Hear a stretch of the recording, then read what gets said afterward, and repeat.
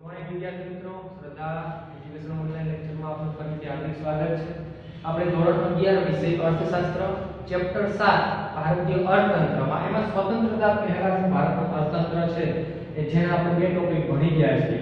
હવે 2.3 ટોપિકમાં આપણે જોવાના છે કે બાકીના જે અર્થતંત્રમાં આવતી કઈ કઈ બાબતો હોય કે જે અર્થતંત્રના આધારે કઈ કઈ પરિસ્થિતિઓ છે કે જેમાં આપણે હકીકતમાં સુધારો કરવાની જરૂરિયાત કેવી સ્થિતિઓ હતી. એમાં ઉદ્યોગ નીતિથી આપણે શરૂઆત કરવાની છે વિદ્યાર્થીઓ. બ્રિટનમાં ઈસવીસન 1750 થી 1830 ના સમયગાળા દરમિયાન ઔદ્યોગિક ક્રાંતિ થઈ. કારણ કે ત્યાં મેં પહેલા જ કીધું આગળના ટોપિકમાં કે લોકો આપણા કરતા એક સદી આગળ ટેકનોલોજીમાં હતા. તે સમયગાળા દરમિયાન બ્રિટિશ ઈસ્ટ ઇન્ડિયા કંપનીએ ભારતમાં સત્તા સ્થાપિત કરવાની શરૂઆત કરી દીધી. કારણ કે આ પરિસ્થિતિ હતી જ્યારે ઈસવીસન 1858 સુધીમાં દેશનો ઘણો ભાગ અંગ્રેજોના શાસન હેઠળ આવી ગયો અને ત્યાં સુધીમાં તો દેશનો ઘણો બધો એવો વિસ્તાર હતો કે જે બ્રિટિશ શાસનના નેજા હેઠળ સંચાલિત હતો. જેથી બ્રિટિશ શાસન હેઠળના ભારતીય વિસ્તારોમાં બ્રિટિશ સરકારે બ્રિટનની ઉત્પાદિત વસ્તુઓને વધુને વધુ વેચાય એવી નીતિ અપનાવી કે એના હેઠળમાં જેટલા દેશોમાં શાસન ચાલે ત્યાં વધુમાં વધુ વસ્તુ વેચાય એવા પ્રકારની નીતિ આયોગ તૈયાર કરવામાં આવી. જેથી ભારતીય ઉદ્યોગ સાહસિકોએ બેરોજગારી બન્યા અને વિકાસના માર્ગે આગળ વધવાને બદલે પડતી થઈ. જેથી ભારતીય ઉદ્યોગો પડી ભાગ્યા અને તેના કારણે શ્રમિકોની બેકારી વધી જે તેમને ફરી ખેતી તરફ વળવામાં કારણભૂત બની. જેથી શ્રમિકોનું ખેતી પર પણ ભાર વધી કારણ કે ઉદ્યોગો બંધ થયા એટલે બેકાર વ્યક્તિ ક્યાં જાય તો ખેતી ક્ષેત્ર તો ત્યાં એનો ભાર ન રહ્યો. તો આ પ્રમાણે ઉદ્યોગ નીતિ રાખવામાં આવી કે એને ફાયદો થાય એવા પ્રકારની નીતિઓ ઘડી. ત્યાર પછી આર્થિક શોષણ 10મો પોઈન્ટ આવશે એમાં.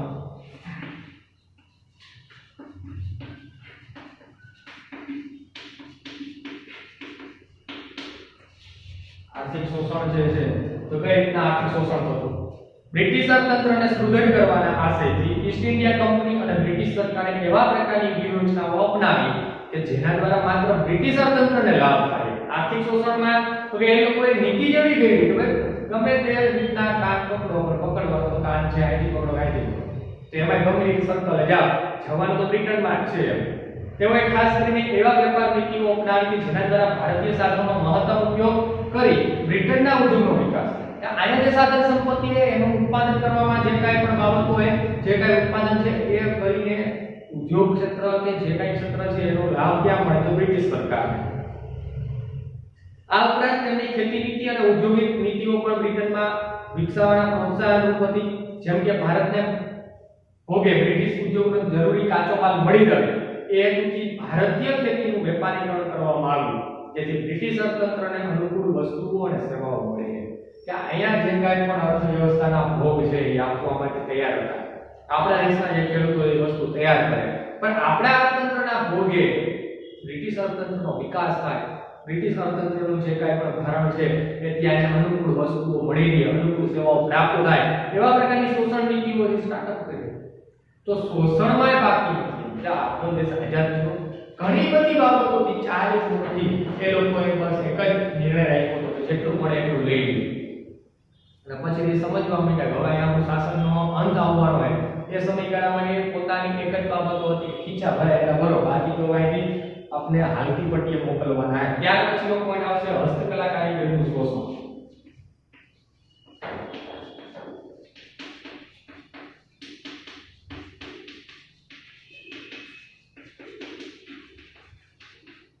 આગળ કીધું કે ભાઈ એક એક ક્ષેત્ર એવું ના રહે કે જેમાં શોષણ ના આવે. હવે નાના કારીગરો જે હસ્તકલા કારીગરો તરીકે આપણે ઓળખીએ છીએ કે ભાઈ જે વાસણો તૈયાર કરતા હોય તો અમુક પ્રકારના જે કાંઈ પણ સુશોભિત ભરતકામ હોય કે લાકડાના રમકડા હોય કે પછી જે કાંઈ નાના ઓજારો બનાવતા હોય તો એમાં પણ અમુક પ્રકારની વસ્તુ પર ટેક્સ મૂકી દીધા એમ કે બજારમાં એ વસ્તુ વેચવા જાય કે સામાન્ય રીતે જે કાંઈ પણ ન્યૂનતમ ટેક્સ છે તો ચૂકવવાનો હોય. સ્વતંત્ર તો નથી જ ભાઈ એને ક્યાંય પોતાની જે બાબતો છે એમાંથી એને સ્વતંત્રતા નથી મળવાની.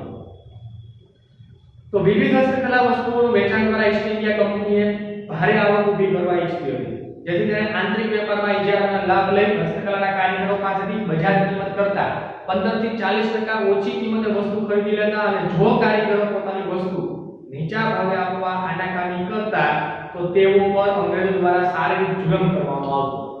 તો આવી રીતે રાખવી. બજારની અંદર જે કાંઈ પણ નાના મોટી કિંમત છે નક્કી થઈ ગઈ હોય એ જ કિંમતે વસ્તુ એને વેચી દેવાની. જો એ આનાકાની કરે અથવા તો ના પાડે કે મારે આ વસ્તુ નથી દેવી તો એના ઉપર એ છે લોકો જે કાંઈ કાર્યવાહી થતી હોય કાર્યવાહી કરવા માટે તૈયાર હતા તો એની જે કાંઈ પરમિશન છે કેન્સલ કરી દેવામાં આવે. અત્યારે આપણે જોઈએ ને હમણાં જે કેસ આવ્યો હતો નાના મોટા રોડ પર લારી વાળો છે ફ્રૂટ વાળો કે જે જગ્યા રોકાણ ખાતા વાળા તો અહીંયા ઘણી વખત આપણે અપડાઉન કરીને જોતા હોય કે જ્યાં હપ્તો ચૂકવાઈ ગયો તો અડધો રોડ બંધ કરી લોકો ઊભા દુકાનવાળા એને કાંઈ નથી કરતા. આપણે બીજો છૂટક વેપારી તો એના ઉપર આવી છે અને ભાઈ માણસ બેકારમાં સપડાઈ ગયો એટલે એ શું કરે એને નથી ખબર.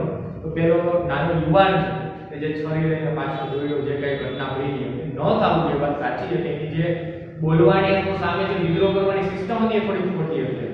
બાકી જે સફળતાપૂર્વક પોતાને વાણીથી સમજાવ્યો તો કદાચ એનો જે કઈ નિકાલ છે આવી જતો. પણ આમાં તો જે કહેવાની વાત છે કે જ્યાં ભાઈ ઢીલું ભારો ત્યાં વધારે દબાવવું અને જ્યાં આંગળી ન પૂછે ત્યાંથી જતું રહેવું એવી વાત છે. તો આવી નીતિ ત્યારે પણ હતી કે નાના વેપારીઓ જે કાંઈ પણ ઉદ્યોગકારો હોય જે હસ્તકલાકારીમાં જોડાયેલા લોકો હોય એના ઉપર મન ફાવે એવા પ્રયોગ કરવાના, મન ફાવે એવી બાબતોને અમલમાં મૂકી દેવાની. હવે નાનો વેપારી હસ્તકલાકારી કરી પોતાનું ફેમિલી ગુજરાન ચલાવે તો એને શોષણની નીતિમાં તો લઈ લીધા. તો ત્યાં પણ શોષણ. ત્યાર પછી મૂડી રોકાણનો પ્રવાહ 12મો પોઈન્ટ આવશે. મૂડી રોકાણનો પ્રવાહ કઈ દિશામાં આવી ગયો?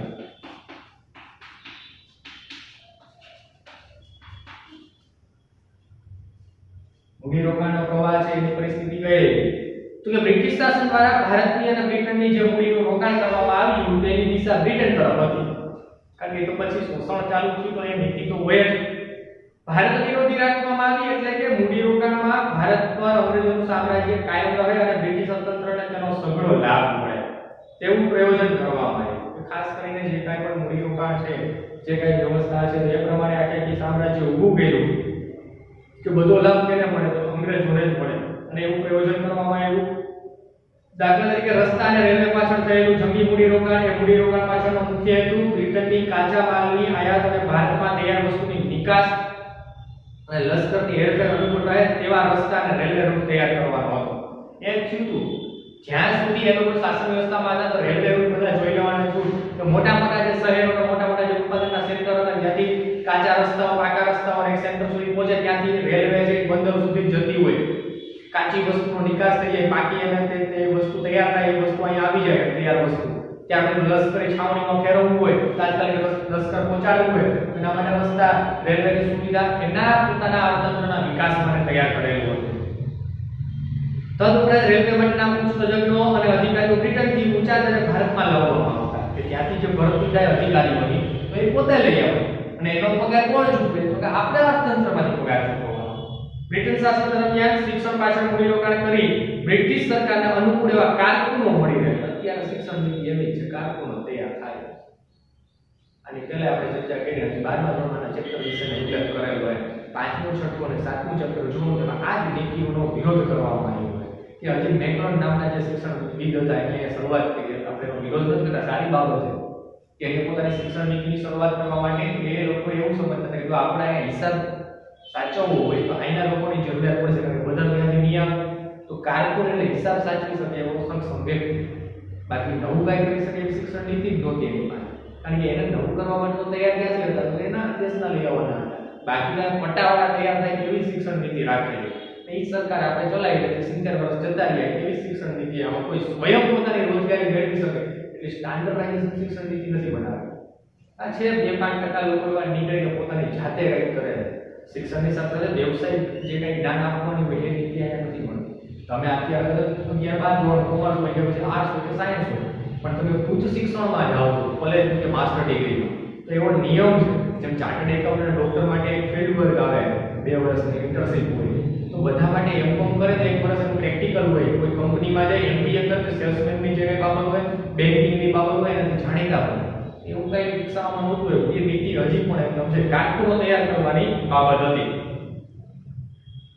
જે શિક્ષણ અપાતું મૂડી રોકાણ ખર્ચ કરવામાં આવ્યું અને આ તમામ મૂડી રોકાણ ખર્ચના ઊંચા વ્યાજ દરે બ્રિટનમાંથી મૂડી લાવી ગોઠવવામાં આવ્યું અને તેનો સમગ્ર બોજો ભારતના માથે જ લાદવામાં આવ્યો. અને ઊંચા આયાત મૂડી હતી પણ છતાં ત્યાંથી લઈ આવ્યા અને મૂડી રોકાણ કરી અને એનું વ્યાજ વસૂલ ભરપાઈ એને કરવાની એ આપણા દેશે કરવાની. આમાં કમર ફોર વ્યવસ્થા તૈયાર કરેલી હતી કે કોઈ પણ ક્ષેત્રની અંદરથી ભારત દેશ ઊભો ના થઈ શકે. અને લાસ્ટ બાબત છે એની વિવિધ ભરણાનો બોજો.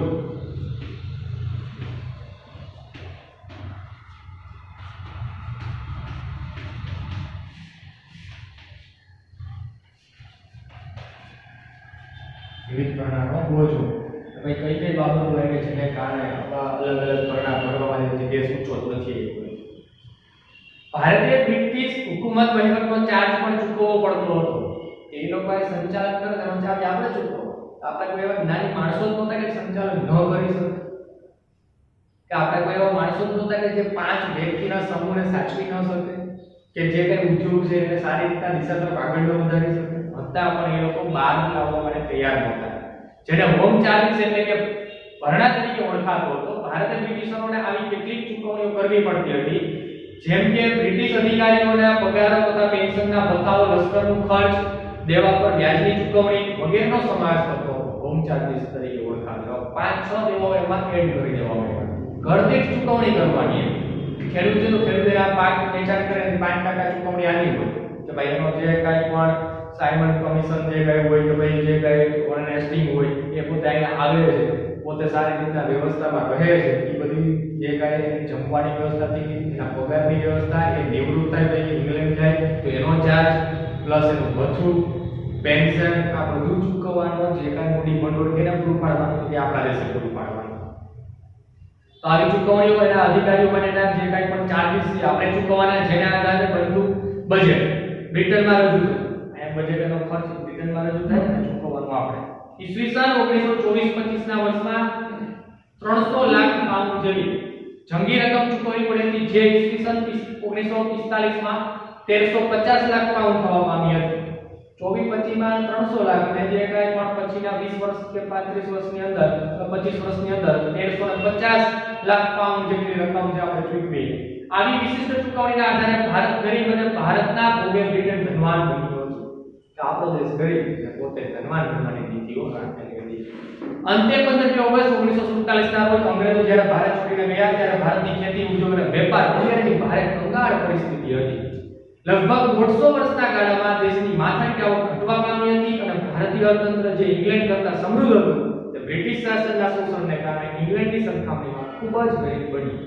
કે આપણો દેશ આઝાદ થયો ત્યારની દયનીય પરિસ્થિતિ એવી હતી કે આપણે બ્રિટન કરતા સક્ષમ હતા અને એ લોકો ગયા 150 વર્ષમાં તો એટલાની સક્ષમ બન્યા કે આપણે દયનીય સ્થિતિમાં આવી ગયા. ઉદ્યોગ ક્ષેત્ર, વેપાર ક્ષેત્ર, સેવા ક્ષેત્ર, કૃષિ ક્ષેત્ર, એક પણ ક્ષેત્ર એવું નહોતું કે શોષણ ન કર્યું. તો વિદ્યાર્થીઓ, આજનો આપણો ટોપિક હતો જે સ્વાતંત્ર્ય પહેલાના અર્થતંત્રમાં ટોપિક 2.3 માં આ 5 પોઈન્ટ બાકી હતા એ પૂરા થઈ અને મુખ્ય ટોપિક આપણો જે છે સ્વાતંત્ર્ય પહેલાનું અર્થતંત્ર એ પણ અહીંયા સમાપ્ત થાય. તો આપણે આ પ્રકારની ભોગમાં, આ પ્રકારની જે વ્યવસ્થામાં આપણે ક્યાંક ને ક્યાંક દબાયેલા હતા, આપણે ક્યાંક ને ક્યાંક શોષણ થતું હતું, આપણે જે સ્વતંત્ર અધિકારો હતા ભોગવી શક્યા. 15 ઓગસ્ટ 1947 થી આપણે સ્વતંત્ર થયા, પણ કઈ રીતના છે એ તમે જાણી લીધું. માનસિકતા તો આપણી સંકુચિત છે. એનું એક ઉદાહરણ અત્યારે જ આપી દઉં. આમાં જે કઈ વિદ્યાર્થીઓએ 10 માં 5 થયા, 11 કરી ત્યાં ચાલુ થયું, હજી એવું સમજે આવું એલા ઓનલાઈન શિક્ષણ મળે જે કાંઈ પણ તમારી તાકાત હોય એ પ્રમાણે તમે લ્યો તો ખરા. કારણ કે તમારી અત્યારે જવાબદારી શું છે? ફક્ત ભણવાની. કોઈ આમાં ઘરની જવાબદારી આવી, બાપાએ કીધું કે જા ભાઈ 500 રૂપિયા કમાઈને આવજે, અને એ ક્ષેત્ર જ્યારે તમે કેપેબલ બની જાશો ને ત્યારે અનુકૂળ આવશે. બાકી તમારી પાસે જ્ઞાન નહીં હોય તો માર્કેટની અંદર જેવા ચપટી હોય ને ઘા કરી દેશે કે ભાઈ ન ચાલો. કારણ કે જે આવનારો સમય તમારા માટે વિકટ જ છે. જો તમારી પાસે એજ્યુકેશન નહીં હોય સારું, ને આપણે અંગ્રેજી તો દૂર જ ભાગીએ. અંગ્રેજી કે કોમ્પ્યુટર જો બેઝિક નોલેજ નહીં હોય તો ક્યાંય નહીં જાય. કારણ કે અત્યારે જો આ ટેકનોલોજી એટલી વિકસિત થઈ ગઈ, આવી ભયંકર પરિસ્થિતિ આવે ત્યારે આખે આખું અર્થતંત્ર અત્યારે આના ઉપર ચાલે. અને કોમ્પ્યુટર ચલાવવું તો અંગ્રેજીનું બેઝિક નોલેજ તો જોઈએ, કારણ કે એ કહેવાય અને નહીં કહેવાય. હવે આપણે એનાથી દૂર ભાગશું ક્યાંથી ભેગું છે? તો આ રીતે આપણે માનસિક હજી ક્યાંક ને ક્યાંક બંધાયેલા છીએ. સ્વતંત્ર તો થઈ ગયા, પછી બંધાવામાંથી મુક્તિ નથી. એ મુક્તિ માટે એજ્યુકેશન જે એક એવો પાવર છે કે તમે તમારા સ્વતંત્રતાનો એક સાબિત કરી શકો હું સ્વતંત્ર છું. બાકી તો તમને અંદરમાં જ કામ કરવાનું રહેશે. એવું ન કરવું હોય એટલા માટે એજ્યુકેશન મેળવવું જરૂરી છે. અને એ આપણી સંસ્થા તમારા માટે પૂરું પાડે તો ઘરે બેઠા એટલી તમારી જવાબદારી બને કે એટલીસ્ટ જેટલા વિડીયો કે જૂના લેક્ચર છે પૂરા કરો, જે હોમવર્ક આપવામાં આવે પૂરું કરો, ને આવી ભયંકર બીમારી અથવા મહામારી ચાલે ત્યારે બહાર નીકળવાનું તો ટાળો. એટલા માટે મસ્ત રહેવાનું, વ્યસ્ત રહેવાનું, પરંતુ ઘરે રહેવાનું. આભાર.